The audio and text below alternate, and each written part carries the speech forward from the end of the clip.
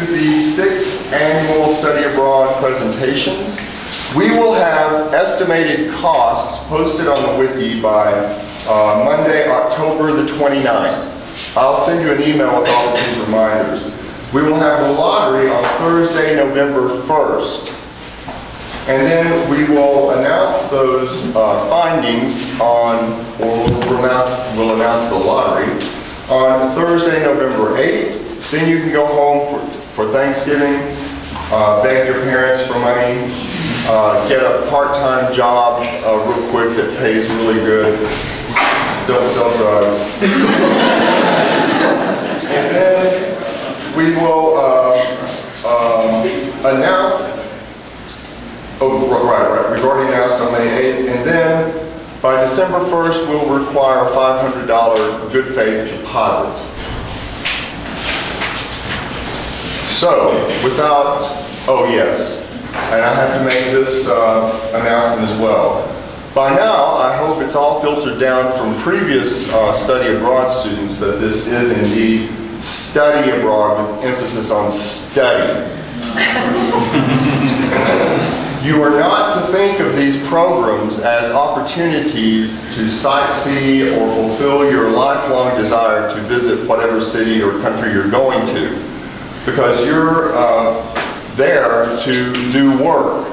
So we suggest that you arrive early if you want to do some sightseeing, or stay late if you want to do some sightseeing. I encourage you to stay all summer if you can do it. Your backs are good, your stomachs are strong, so you can probably backpack through Europe or do it on the cheap. Europe is actually not so expensive once you're over there. The euro looks good. That is, it looks good for us, it's bad for the Europeans. But the exchange rate so far is very good. It's the peso. What is the currency? The Chile peso looks very good.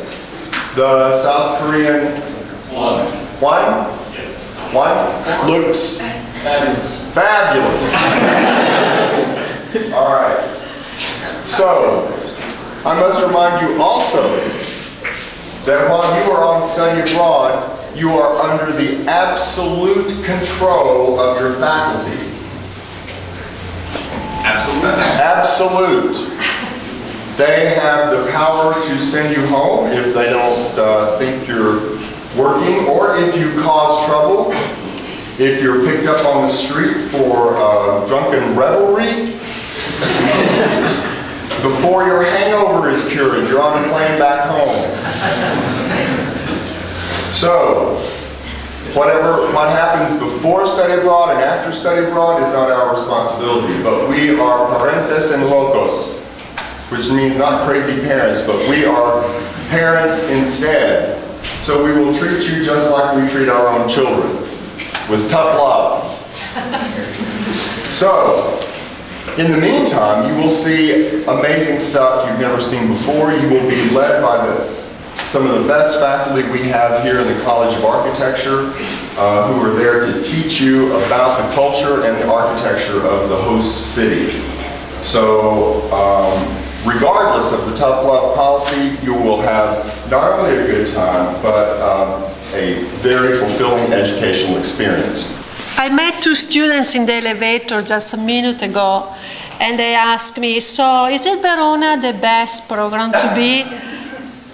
What do you expect me to say? Yes, of course, it is the best program. Actually, it is the program to be. And please forgive me, because I know the competition is very high between faculty who get the best students. So yes, it is the program to be, and that is why I'm trying to explain you right now. I will have the pleasure to teach the program with Dustin White, one of our visiting assistant professors. He was with us, with me and Professor Pongratz, already in Verona for 2 years. This is your third time, right? So he starts to know a lot about Verona. Where is Verona? Verona is in Italy, north. You see, do I have the pointer? Right. Don't know if it's working. You see, north of Italy, which is very close to Germany, to Austria, to Switzerland, Spain, France, and geographically is very well located because in few hours we can visit other places in Europe, and in 3 hours by train, a speed train, we can go to Rome, for example. See, that, Italy. North of Italy is very different from south of Italy. And for the group that will come with us, I will explain why. I'm not racist. It's just different, just very different. It's beautiful south of Italy. But north, there is a stereotype when you talk about Italians, they all associate us in USA with Sicily. No. Italy is a country with a lot of different type of people. And we are from north, and we are completely different from Sicilians. From Verona, we will move through the north of Italy, and we will go to Milan, we will go to Vals, we will visit in Switzerland, Zumthor, the Terme, we will show some images about it. We will go to Vicenza with Palladio, we will visit Venice, we will visit Florence and Rome. And then we will go out a little bit further until Munich in Germany. That's basically the itinerary of the program. Verona is a beautiful city.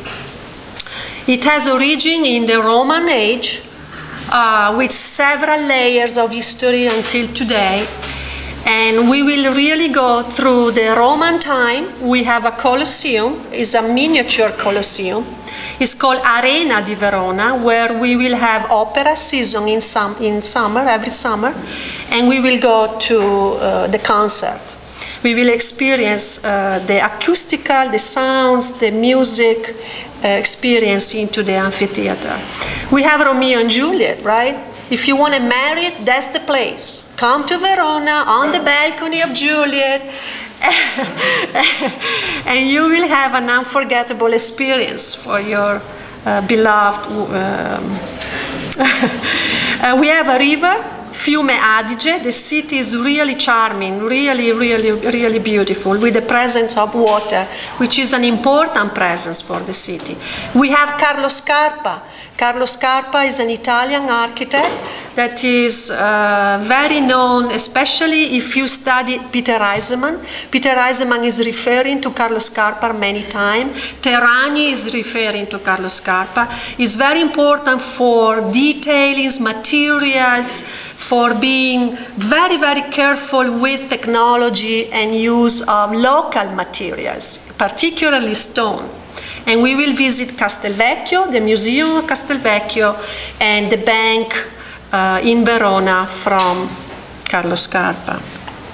The Verona is based on a Roman grid, as I said, is orthogonal, and some of the nodes of this grid represent exceptions to the city, and something happened. Could be a piazza, could be a green park, could be a place where you can experience events. So you have a grid, orthogonal, and you have exceptions to that grid. So it's an important layer that we are going to study through history that added to the city the current value that she has. Our site is basically here, where we have a very important church. We have an axiality here and another axiality here, all reaching this open space, which is our site, our design site.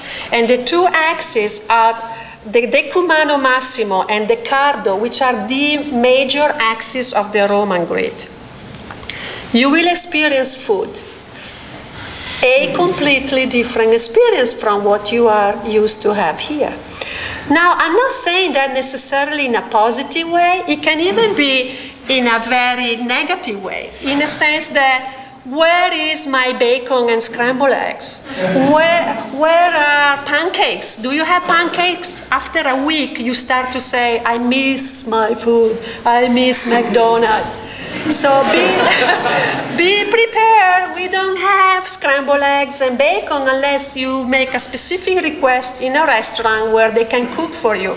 But the breakfast, which is the main thing for you to complain about it, is cappuccino, croissant, orange juice. So get familiar with those 3 items because that's what you're gonna get for breakfast. No complaints. Vicenza, I'm going quickly because I'm talking too much. Villa Rotonda, you are gonna experience the old, the history, and the contemporary architecture. That's why it's a complete program where you will have several exposure. You will be exposed to several times. You know, from Palladio, La Rotonda, people are saying, why do we need to study Rotonda? We already study in history in class with Dr. Ellis. Because you have to see.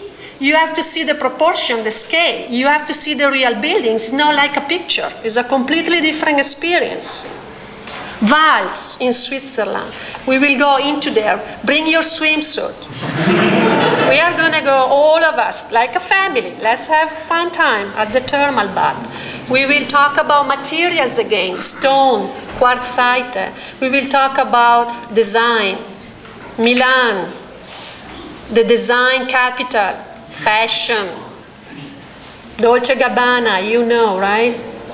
And the new trade fair from Fuxas and the University Bocconi from Grafton from USA.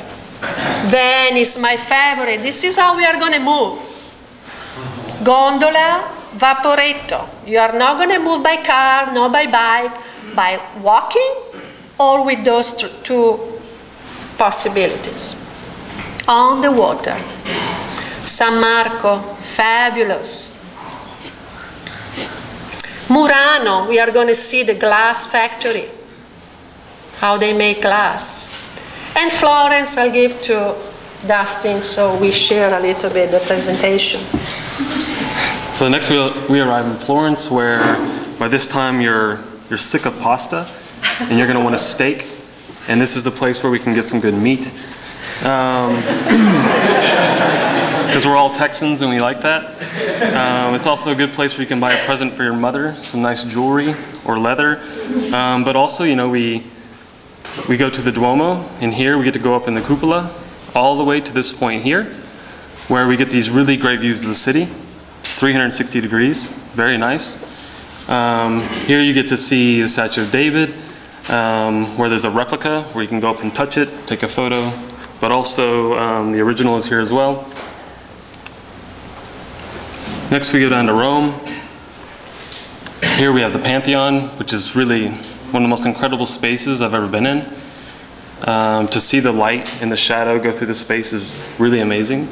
From there we get the Trevi Fountain, we have the Vatican, which here we have the Sistine Chapel, which you all really want to see. It's very incredible. You can spend at least an hour with your head up like this, staring. And the Swiss guards telling you to shut up the whole time and not talk. But then we also have some contemporary work in Rome, which is very rare. Not a lot of new work over the past 100 years or so. So we have Zaha Hadid's Maxi Museum, which is probably finished maybe 3 or 4 years ago.